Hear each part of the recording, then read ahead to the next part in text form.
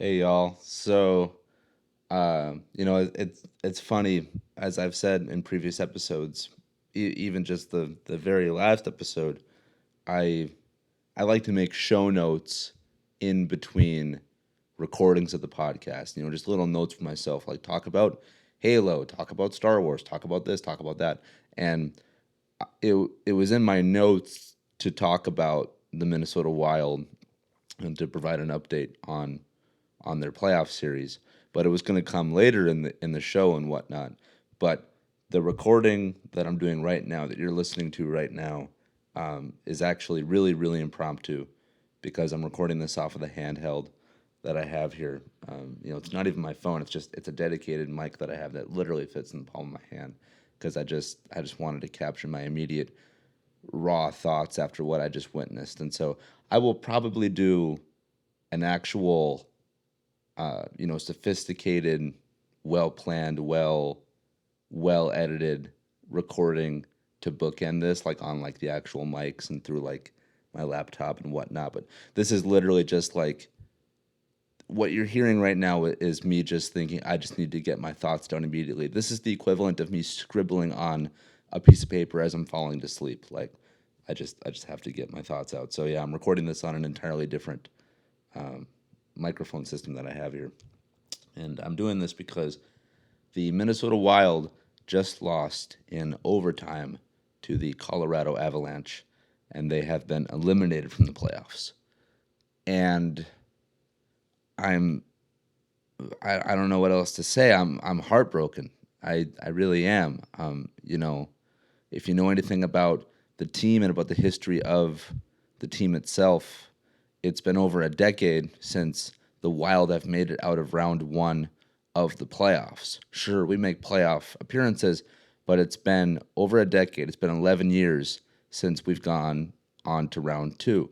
And this was a year that we did that, and so for us, for Minnesota sports fans, that's a big deal in of itself. But with that momentum and with the trades that we had made earlier in the season and just how the season had gone, I'm just going to be honest, and I mean this sincerely. I really felt like this was our year, especially because we had just passed the 25th anniversary of the team itself. We're a relatively young, you know, organization in terms of the NHL, and so for us to literally be chasing the trophy on such a milestone for us, I thought that the stars had kind of aligned, and if you had followed the series throughout the first couple of games, the Avalanche really took us to task. The first game I think we lost like 9-8 or 9-6 or something like that. Really, really high scoring game because the Avalanche just outskated us, outshot us. They put the pressure on. Once they put their foot on the gas, they did not let up, and that progressed throughout the series, and that led to us having our backs up against the wall going into this game being 3-1. Game 5 was to decide the series, because if the Avalanche won, they would advance, and if the Wild would have won, we would have just bought ourselves more time. We would have gone to Game 6 and perhaps a Game 7 of the series. And so this was not for all the marbles. This was just to stay alive for us because we were in a corner. But despite that, we came out roaring. The Wild had 3 goals in the first period alone. We put the pedal to the metal. We put all our, we put all our weight on the gas pedal and just did not ease off it. and it seemed like sky was the limit, and we held them and we held them and we held Colorado back for literally the entire game up until we let it go in the third period, and then we go to overtime. And yeah, people, this is a sports fan's dream. Playoffs, a really important game, getting tied up in the last couple of minutes, getting tied up with less than 90 seconds to go in regulation for the game, and then to go into overtime. Who doesn't love overtime in the playoffs? I do. I do. It's why I'm up as late as I am, and it's also why I'm recording this segment at all, because I'm filled with so much emotions. And I mean, as I'm talking to you right now, I'm all decked out in my Wild gear. I've got the sweatshirt on, the hat on, and I have another hat somewhere in my place. I'm drinking out of a Wild cup. I'm drinking out of a Wild cup that I got from a Minnesota Wild game. Like, I took a souvenir home with me, and I just yeah, I watched it kind of slip away throughout the game, but I thought the energy is still with us. The energy is still with us, despite the game being in Colorado, despite the Avalanche having home field advantage. It felt like the energy was with the Wild throughout that whole game, and just to have it taken away from us, to be robbed in in the 11th hour, I'm I'm really really bummed out. And yeah, look, if you've listened to the podcast before, you know that Minnesota sports is one of my biggest passions. Baseball is my first sports love. And the Twins are at the top. Vikings are second. Timberwolves are third, and the Wild admittedly are fourth. They're the newest team I've picked up. That being said, hockey has such a unique energy to it. It is unlike anything else in sports, in my opinion. In terms of physicality, it is second only to football. In terms of speed, I think it might be the fastest. Just the way the game is played, the way the rules are different. It's even the fact that every other sport, football, basketball, baseball, they all have to do with a literal ball, whereas hockey has to deal with a puck and it's on ice and whatnot. It's literally just different from all the other ones. It's not as simple as just getting a couple of friends together and throwing around football, or going to shoot hoops. Baseball takes more organization. Hockey takes a lot more organization. You got to find ice, you got to find skates, you got to find sticks and all that stuff. Like, so for me, being a relatively new fan that I am, I think I'm going on my second or third year now of fandom. Like, the commitment that the existing fans have and that the players have to the sport itself, to the actual activity that is playing hockey and consuming hockey, I think is kind of a unique set in sports fandom itself. And again, for me, this just there's so much emotion behind this. And again, I'm very happy for the Wild for making it out of round one at all. For us, that is an achievement. That might sound kind of lame, but it's just the truth. For us, that means something. And I really thought we had it. Could we have won the series? I don't know. Of course, I like to think that we could have, but the Avalanche are really, really good. There's a reason why they are in the playoffs as well. But just for this singular game, for Game 5 here, I really, really thought this was ours, and to have this game be again taken away from us hurts. But to have the series and to have the playoff dreams and to have that sense of progression just you know stopped, it hurts. It hurts. And yeah, I, I don't know what else to say. And maybe there is nothing else to say for this immediate thought reaction that I'm providing right now. Yeah, I'm incredibly sad for the team and for the fans. This obviously is not how we wanted it to go. But yeah, just yeah, I know not everyone listening is going to be a hockey fan. I know not everyone listening will even be a Minnesota fan. Even if they are a hockey fan, just in general. But I hope that this commentary still means something. I hope that you can grasp the passion that I have for this organization, for this team, and my growing passion for the sport overall. And yeah, it's a sad time right now for Wild fans, for the team, and I call my apartment where I live and record my podcast. I call it the Fortress of Solitude, a la Superman. And it's a sad day in the fortress. It is. It's quite quiet in here now, and this is.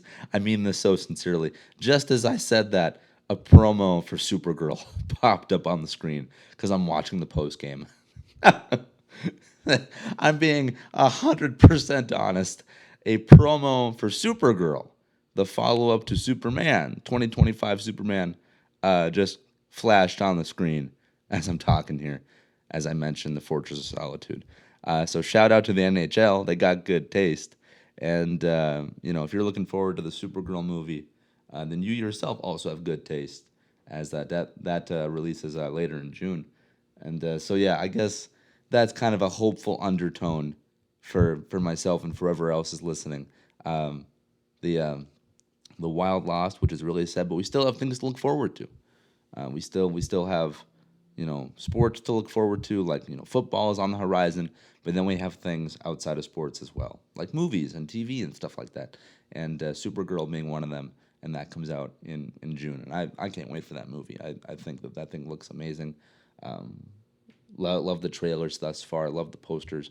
I have the graphic novel that the movie is based on. I need to read that prior to the film coming out, just so I have a foundation for the story. And I also want to talk about that in the podcast too. So yeah, so that's kind of funny, but also that's kind of sweet at the same time too. So yeah, as for this segment that you're listening to again, these are my immediate thoughts after the game. Again, I didn't bother setting up the actual mics and the actual laptop and the software and whatnot. I just went, where's my handheld? I need to just get this down now. So yeah, so that's my thoughts on the conclusion of the Wild season, the conclusion of the playoff run that we had, and yeah, but hope springs eternal, kids, and Supergirl releases in theaters this June, and I guess I have that to look forward to. So thank you for watching, thank you for listening, and enjoy the rest of the show.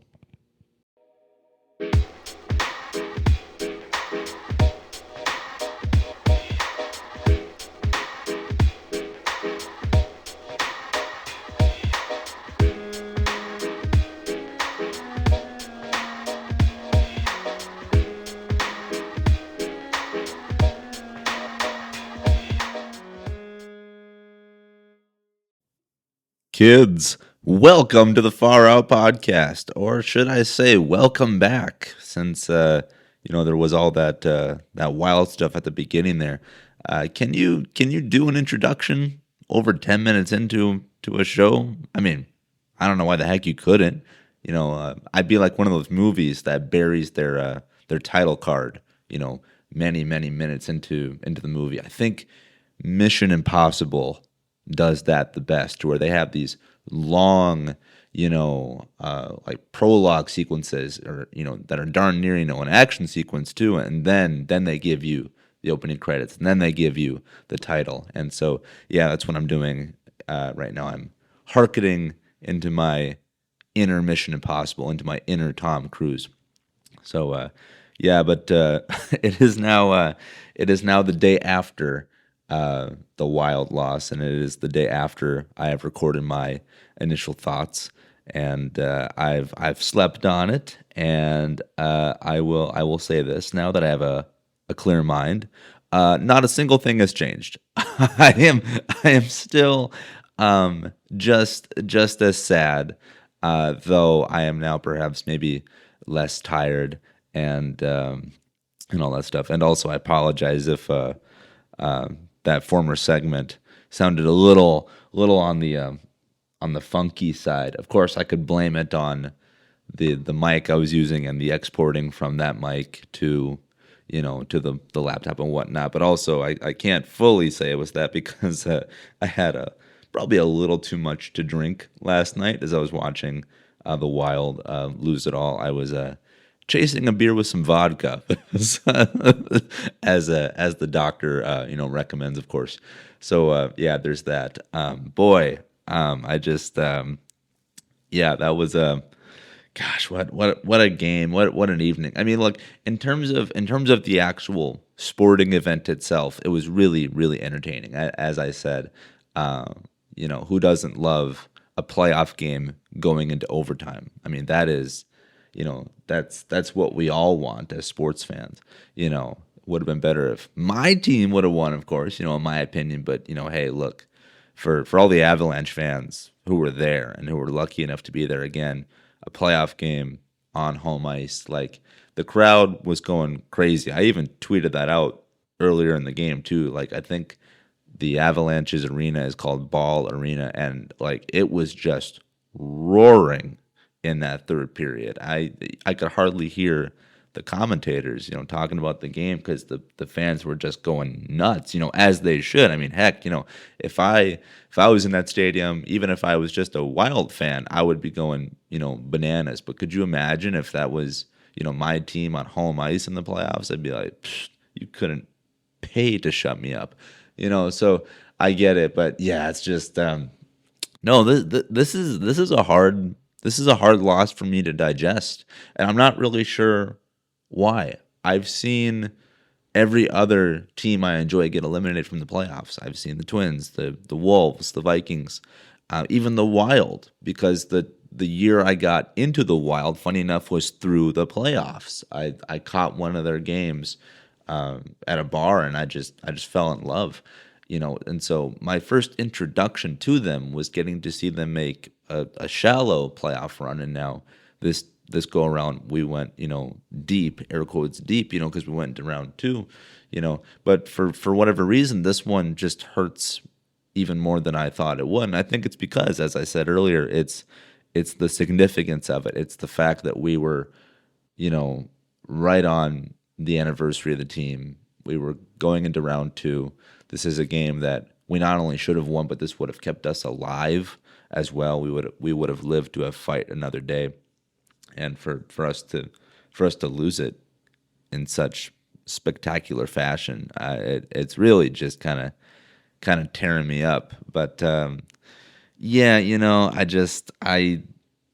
I'm happy to be a fan. I'm happy to be a new fan to hockey in general, because there's still stuff that I need to learn about the actual game, because I am that much of a novice still. But yeah, I'm not gonna lie, kids. This one hurts deep. There's some some recovery that's gonna come after the fact here for this one, and maybe again, talk to me after the Twins obliterate an opponent 12-2, or maybe the Wolves will continue their playoff run. I mean, oh my gosh, if they happen to lose it all too, I'm gonna go into a coma. I yeah, I don't know what's gonna happen to me if the Wild and the Wolves lose darn near back to back and get eliminated. But I don't want to think about that. But that's gonna be a good game too in of itself. The Wolves better go crazy. We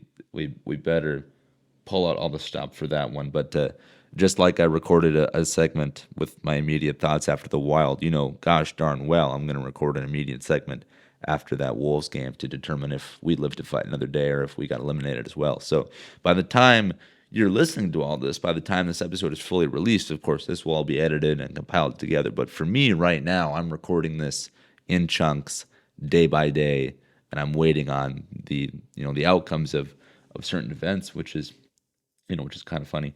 But in the meantime, again, I like to make notes for what I want to talk about. And one of the things that I do want to talk about that I did have pre planned is that Battlefield 6 has revealed their summer roadmap. Well, really, the roadmap for the end of the year 2026, because season 3 of Battlefield for Battlefield 6 just came out.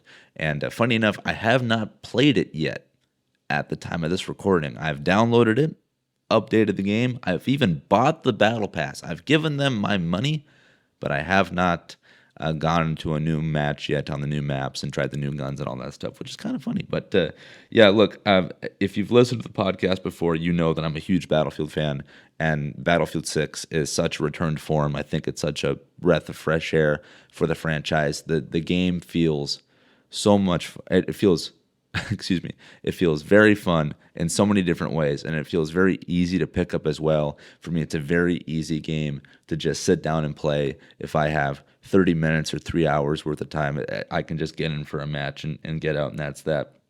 And yeah, I thought I thought season 1 of Battlefield 6 was good. I thought season 2 was really good too. I really enjoyed the unlocks and the cosmetics I could get throughout my time playing it. And now season 3 is here, and again, that looks to be really cool as well. I like the maps that they've added. Again, even just from a presentation level, because again, I haven't played it yet, which is funny, but just from the little screenshots and clips I've seen online, I look at that and I think that looks good. But what looks even better is what they have on the horizon, apparently, because they revealed this big juicy roadmap that reveals season 4 and season 5. Season 4 comes out in July, which is crazy. That's just 2 months away now from when season 3 came out. And then season 5, they don't have an actual month penciled in yet, but they have it as fall. And so, if we're going off of the release calendar from season 3 to 4, that being 2 months, then we could look at season 5 coming out in September, perhaps October, which I think would be good. I think Battlefield 6 came out in October of 2025, so I think it makes sense for them to kind of bookend the first year of the game with the launch of season 5 here. But the thing that I really want to talk about is again season 4, because with season 4 here, they're teasing us that naval warfare is coming to the game. It's returning back to the series. And I can't wait for that. Like, of course, there's all this other stuff in here too. Like, season 3 brought, solo mode to the battle royale. It brings, ranked play, which, that's very cool too. New weapons, who doesn't love that? Season 4 does similar things as well. Spectator mode, new weapons, new mode, stuff like that. But really, for me, the main course of this whole thing, the main course of their roadmap, of their presentation here, is the fact that naval battles are coming back, and there's going to be large scale, conflicts happening as well, which is what Battlefield is known for. Hence why it's the namesake of the series. The game literally uses the whole battlefield, whether you're flying planes, being a ground pounder, or now,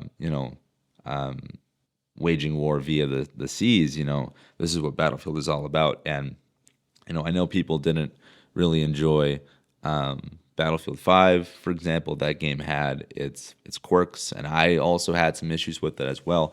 From a presentation standpoint, though, from a literal graphical standpoint and sound-wise, I thought the game was excellent, including their more oceanic, island-based maps. And if Battlefield 6 can just build upon that, with these maps here, I think it's going to be really tremendous when naval warfare does come to the game.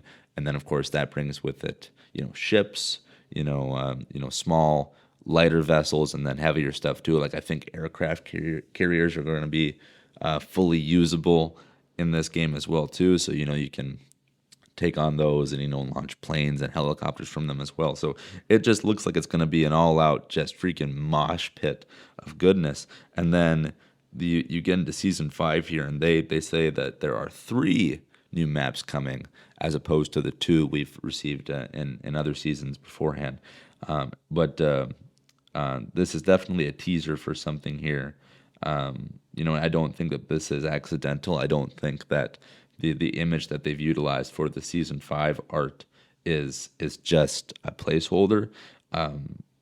Again, this is a reach and a half, kids. I'm really kind of basing this on nothing other than just pure speculation. But for me, when I when I look at this image for season 5, the the reflection of numerous neon lights, that to me appeals back to like Battlefield 4 with the China focused portion of the game, especially in the campaign. And so I think that maybe season 5 will introduce some more maybe China focused maps as well. Funny enough, I never played Battlefield 4. I just completely skipped that one. I don't know why. I've heard it's regarded as one of the best in the series, but for me, I started with Battlefield 3, did not play Battlefield 4, but I then played Battlefield 1 and Battlefield 5. But for me, I missed 4. I missed it in its prime. I've played it after the fact. I've played the campaign, and I know that part of that does take place, I believe, in China.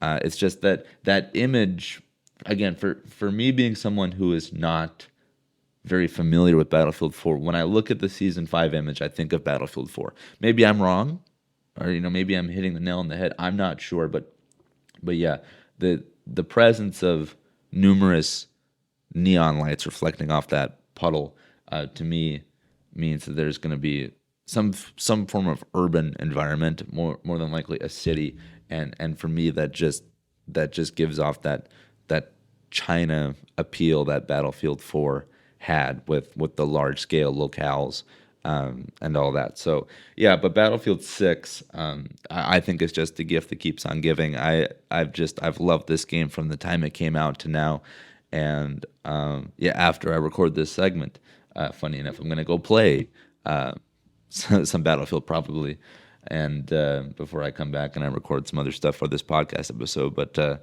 yeah, I just Battlefield 6 is a lot of fun, and it just seems to be getting better and better. And now there's stuff both in the immediate future, again with season 3 that has now been released, and then looking ahead various months into season 4 and 5, and hopefully beyond as well. I would like to see this game go on for years and years and years. And yeah, so Battlefield is a very, very fun experience. And if you have not tried out the game, I do recommend it. I do recommend that you pick it up and give it a spin. I think it's pretty fun. And yeah, if you do decide to do that, then maybe I will see you on the battlefield.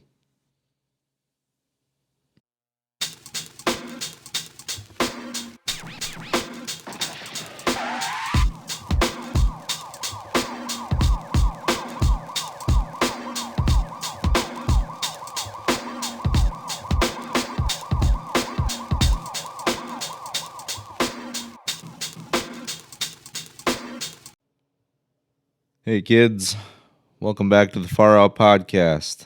It's another sports update immediately after a game, and now I'm covering the Timberwolves as they too have gotten eliminated from their respective playoffs, having now lost to the Spurs 139 to 109.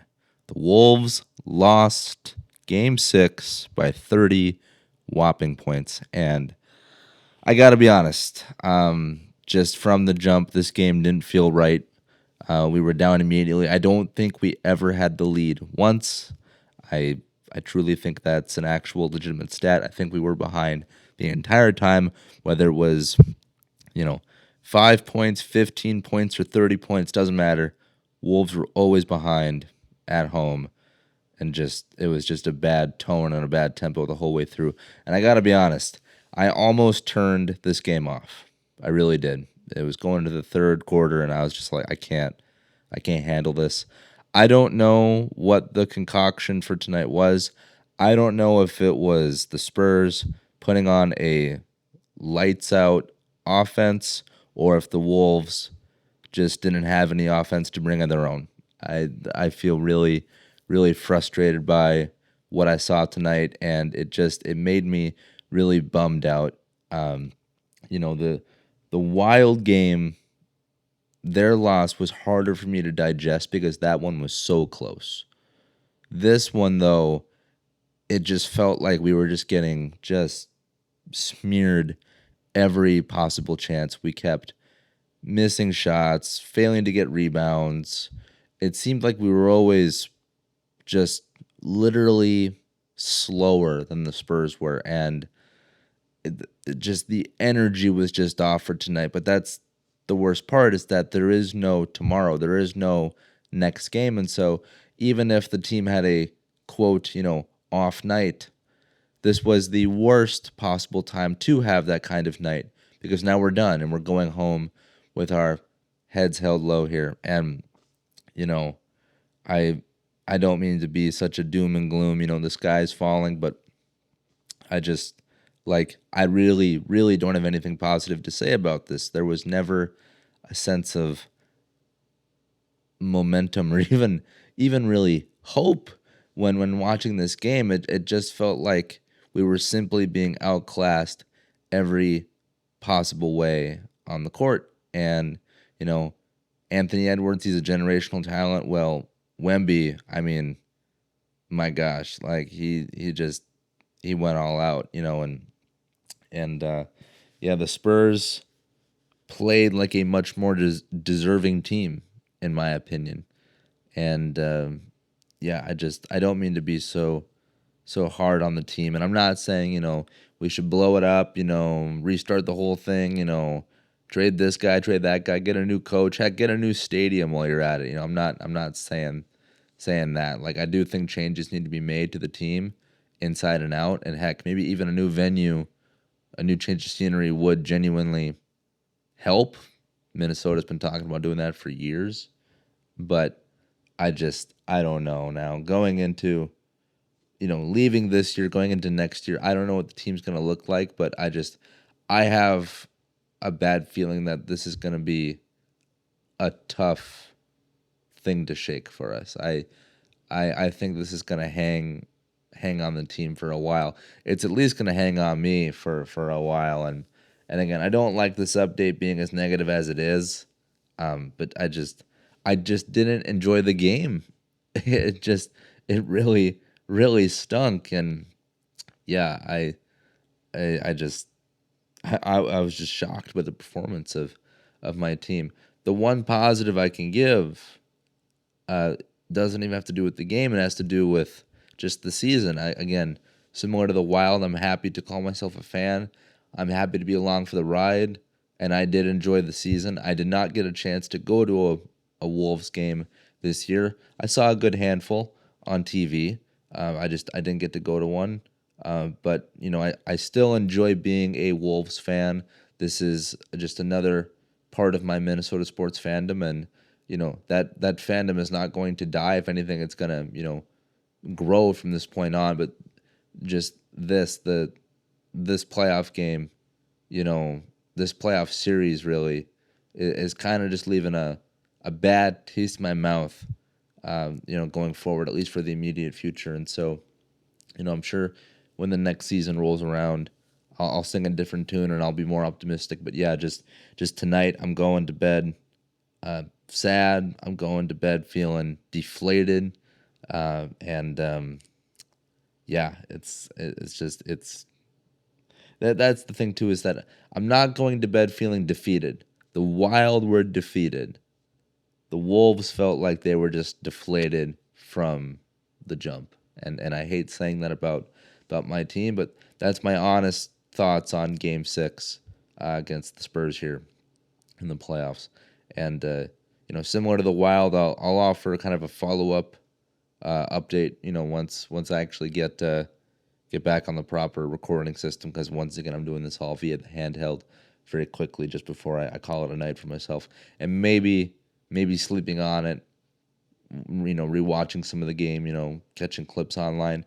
Maybe I'll sing a different tune when I do my additional segment here. But yeah, just my immediate thoughts now, past 11 p.m. I feel really just out of shape about the whole thing. And yeah, but hey, look, if you enjoyed this game, God bless you. If you had a great time, I think that's awesome. I'm so happy for you. But just for myself, this game was just not a good one in my opinion. And yeah, it's really a bummer to see the season end on this note, in my opinion. But I'm still, like I said, I'm still a Wolves fan, still a Minnesota fan, and yeah, it's only a matter of time now until we're all saying Wolves back. But just it's not gonna start tonight. But hope does spring eternal, and eventually I will have more optimistic takes and opinions on the Wolves. It's just right now I'm just not feeling it. But yeah, but okay. Well, thank you for watching and listening to this segment. And if you caught the game, thank you for watching and partaking in that as well. And thanks for being a fan. And yeah, I guess we'll see y'all next season. And yeah, and then I'll just, like I said, I'll offer kind of a you know a second part to my thoughts on the game next time I get on the mic proper. But yeah, I just wanted to share my immediate thoughts after this really kind of wacky Timberwolves game. But yeah, all right. Well, I will talk to you guys a little later then.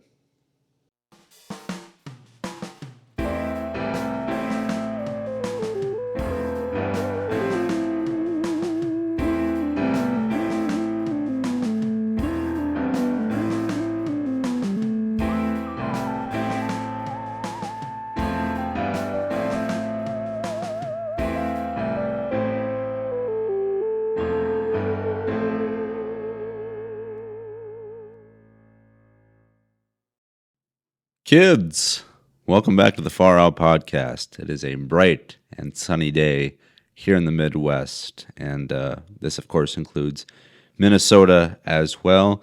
The sun is shining, the birds are chirping, and the wolves are dead. Yeah, so I am doing a follow-up now regarding my thoughts on the Timberwolves playoff loss and elimination. Of course, I recorded a segment immediately after the game.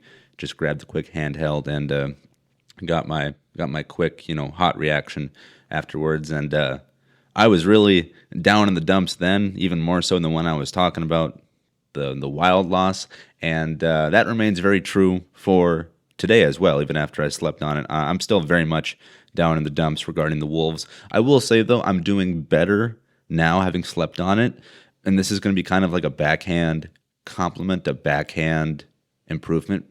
I think the reason why it's not hitting me as hard as the Wild loss is because I frankly just cared less, which is ironic because I said in the previous segment that, in terms of my sports fandom, it goes Twins 1, Vikings 2, Timberwolves 3, Wild 4. So you would think that this one be hurting me worse. But I think the reason why, and this, I mean this sincerely, I think the reason why is because not only did I not care as much in the end, but I think the reason why I didn't care as much is because I don't know if the players themselves, if the Wolves themselves also cared as much. And that sounds really, really incredibly harsh, and I don't mean to say I'm abandoning the team or I'm throwing in the towel on them or, I'm going to take a break from them. Absolutely not. I'm still going to follow them and, talk about them as much as I, would like to and all that stuff. But again, just if you watched that game last night against the Spurs, it felt like the Spurs were all gas, no break, and it felt like the Timberwolves were kind of just popping the clutch, right in the clutch. We were getting caught in between the gears and whatnot, and it seemed really odd basketball for the Wolves. And I think the Wolves are a good team, and clearly they are a good team. They went to the playoffs, Not every team does that, hence why it's the playoffs. And so clearly there's talent on the Wolves team. Clearly there is a drive and a hunger, but I didn't see that last night. It seemed like the Wolves just had no answers for the Spurs any which way to Sunday, And so I don't know. I'm feeling really, really sour on the T-Wolves right now. Of course, that'll change in the coming weeks and months, as we now, regroup and refresh for the next regular season. But like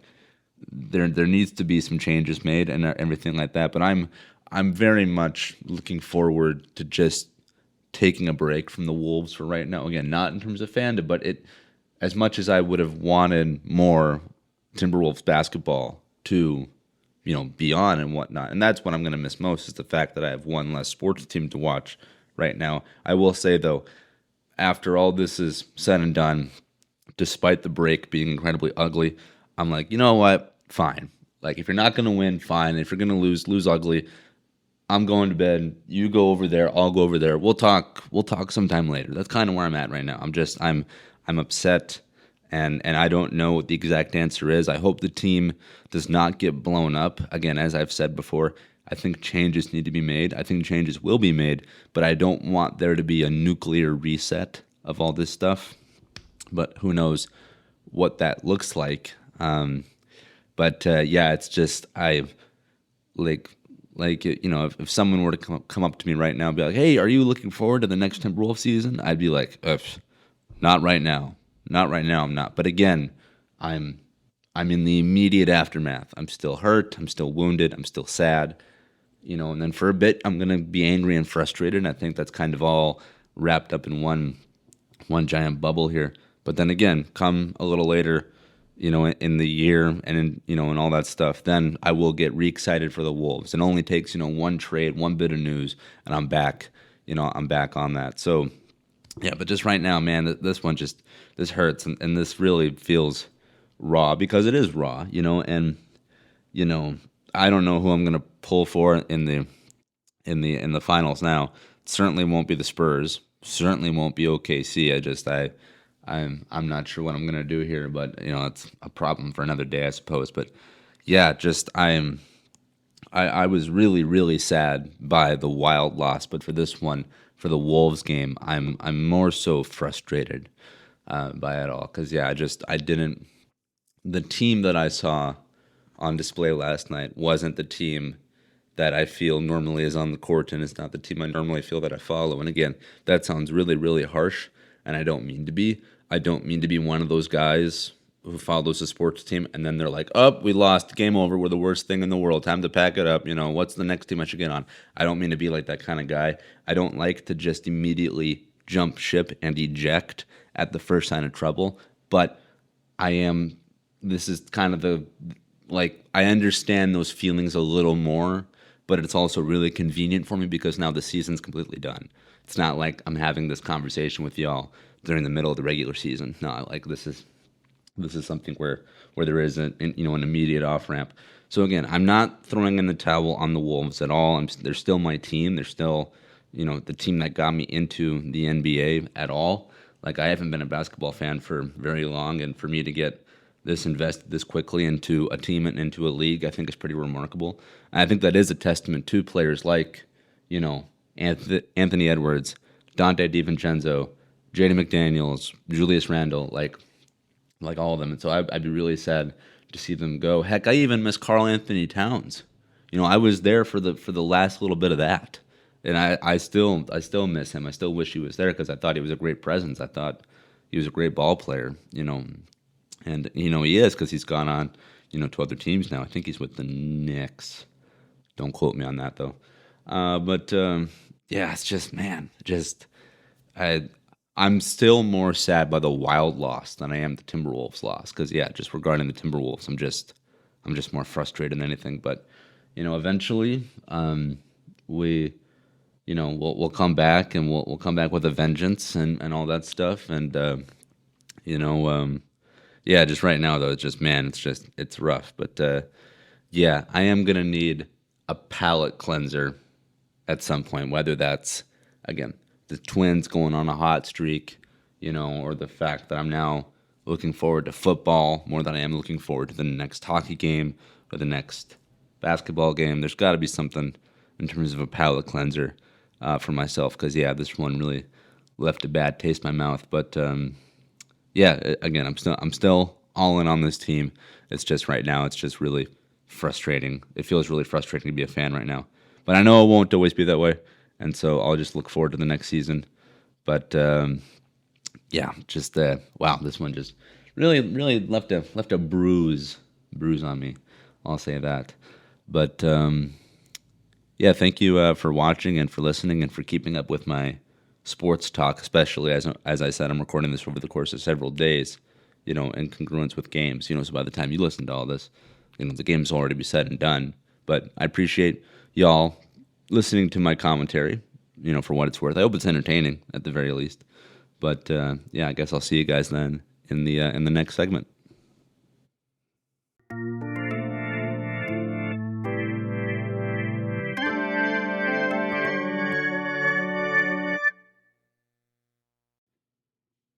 Kids, earlier in the last segment I recorded, I talked about needing a palate cleanser after that Timberwolves loss. And I kind of got one. Yeah, I kind of sort of got a palate cleanser because after I recorded that last segment, my mother and I went to the movies together as we normally do. Hi, Mom. Shout out to my mom if you're listening, and I know that you are. And we saw a movie together, and we saw the new Guy Ritchie movie called In the Gray, and this stars Jake Gyllenhaal, Henry Cavill, and Eliza Gonzalez, among others.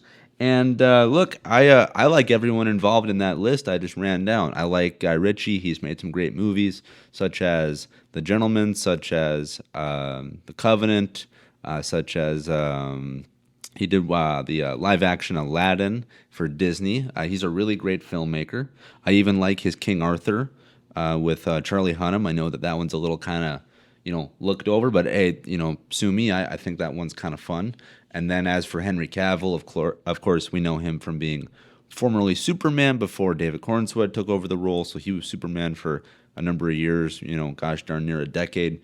And then you got Eliza Gonzalez, who I know her from a Michael Bay movie called Ambulance, which also stars Jake Gyllenhaal. I really enjoy that movie. Again, not one many people usually partake in. It gets kind of looked over, but I like that one quite a bit. I actually have that one on Blu-ray, if you can believe it or not. And then Jake Gyllenhaal, he's known for movies such as Nightcrawler, and he's known for Ambulance, and he was in a movie called Southpaw. He's a really good actor too. So you have a lot of great pieces. You have a great cast, a great director, and it really should equal a great movie, you would think. Well, in my opinion, this one wasn't so great because Guy Ritchie is known for his cool, quick, quippy dialogue and unique situations and all that stuff and good action. And there is some good action too. But to get to that good action, the movie In the Gray, to get to what I'm talking about here, you have to go through a lot of walking and a lot of talking. And this movie is a lot of setup. It pays off in the end. The last third is where all the action is, and it's genuinely pretty great. It's just one big, long gunfight, and it looks cool and sounds cool and is cool, but man, before you get there, it's just fancy people walking around in fancy rooms wearing fancy clothes talking about fancy things, and it's just like, man, it would have been more digestible if the dialogue was as quippy and as fast paced as Guy Ritchie stuff normally is. But it's just talking about all this expensive stuff and sabotage and all that stuff. It's like I just got lost in the jargon. I got lost in all the setup for all these big things, talking about double crossing and making people lose money on the back end. It was just a lot of walking and a lot of talking. And so in the end, did it equal a good movie? Yeah, my mother and I did enjoy ourselves. She said she liked it, and I liked it too. But it's just to get to that payoff, you have to sit through a lot of just exposition, in my opinion, that really isn't worth much. So really, what I could say is that there are cool elements in this movie, but really, this 90-minute movie or however long it is, it really the only good part, I think, is the last little bit there, which is the last 30 minutes. So I think that this is unfortunately going to become one of those movies where people don't really watch it in its fullness as they do just watch like clips online. And there will be some cool clips once this movie, has its, runs its course in the theaters and whatnot. But yeah, just overall, I really wasn't feeling this one. Again, not a bad movie, just kind of boring, a little slow until it finishes really strong, and it does. It lands on a high note and it lands the plane. You just you gotta wait. You gotta wait a bit for it to really kind of get there. But yeah, I mean, again, I'm very thankful though to have gotten the chance to go out to the movies with my mom, one of our favorite activities to do together. And that is exactly what I needed after the Wild and the Wolves lost in such a heartbreaking fashion. But yeah, anyway, that'll do it for this episode of the Far Out Podcast. Thank you for just continuing to check this out, especially this episode in particular, because like I said, recording these segments took time because I was waiting for certain things to take place and all that stuff. And so by the time that you're listening to this, I'll have this all compiled together, and the sporting events for the Wild and the Wolves, they'll all have passed, but I hope that you still find my commentary, insightful and entertaining. And I just, again, thank you for watching and for listening. And yeah, no, we have football to look forward to, baseball as well, which is happening right now, and cool movies and TV to check out as well. But yeah, part of my sports fandom sadly ends their respective seasons with a couple of sad defeats. So that's just too bad. But again, thank you so much for checking this one out, and I'll see you in the next one. All right, bye bye.